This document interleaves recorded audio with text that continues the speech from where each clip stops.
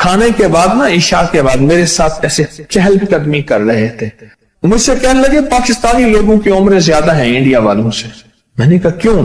کہا دولت زیادہ ہے, یہاں فراوانی زیادہ ہے, یہاں نعمتیں زیادہ ہیں. شکر زندگی کا میرے رب کا وعدہ ہے, میں 11 پیکج دے رہا ہوں اور ان 11 پیکجوں کا تعلق شکر سے. بس شکر کی زندگی ہو. ایک بابا جی میرے پاس آتے تھے, بیر لے کے, ادھ گلے سیب چیزیں چھابے میں لے کے گاؤں گاؤں بیچتے تھے. میرے پاس دوائی لینے آتے تھے, میں ہدیہ دے دیتا. میں کہتا چاچا اج وٹکی کتنی تھی یہ وکری؟ شکر ہے, لکھ تھے, لکھ تھے, لکھ تھے. یعنی اس دور میں لکھ تو لکھ تھا نا.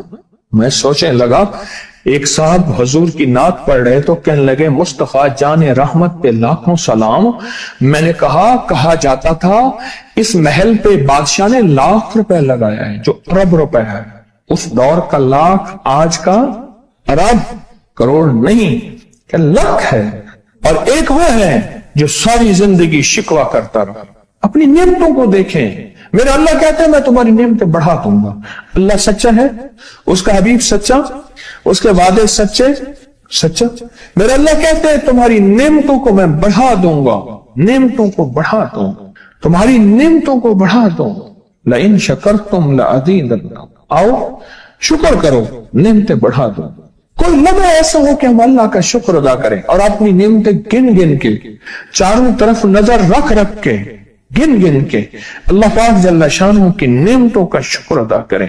اور اگر نعمتوں کا شکر ادا کرنا ہے نا, اس کے لیے میں نے ایک جگہ دیکھی ہے.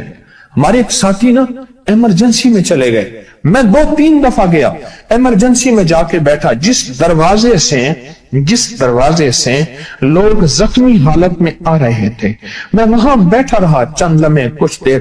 پھر وہاں احساس ہوا کہ تیرے پاس کتنی نعمتیں ہیں. پھر اندر گیا اور زخموں پہ پٹیاں رکھ رہے تھے اور خون ابل رہا تھا, گوشت کے لوتھڑے یوں لٹک رہے تھے. پھر وہاں احساس ہوا کہ مولا تو نے کتنی نعمتیں عطا کی ہیں, تو نے کتنی نعمتیں عطا کی. میرا اللہ کہتا ہے آؤ نعمتیں بڑھانا چاہتا ہوں. مولا بڑھا دے. اللہ کہتا ہے ایک شرط ہے صرف, کیا؟ نعمتوں کا شکر ادا کر, قدردانی کی شکل میں بھی اور زبان کی شکل میں بھی. شکر قدردانی کی شکل میں پہلے اور زبان کی شکل میں. اور جو نعمتوں کو ختم کرنا چاہتا ہے دن رات 2 کام کرے, ایک گالیاں دے, ایک لوگوں کے شکوے کرے. گالیاں دے, بہت زیادہ دے گالیاں, زمانے کو گالیاں دے, بادشاہوں کو گالیاں دے, دنیا کو گالیاں دے, ہر چیز کو گالیاں دے.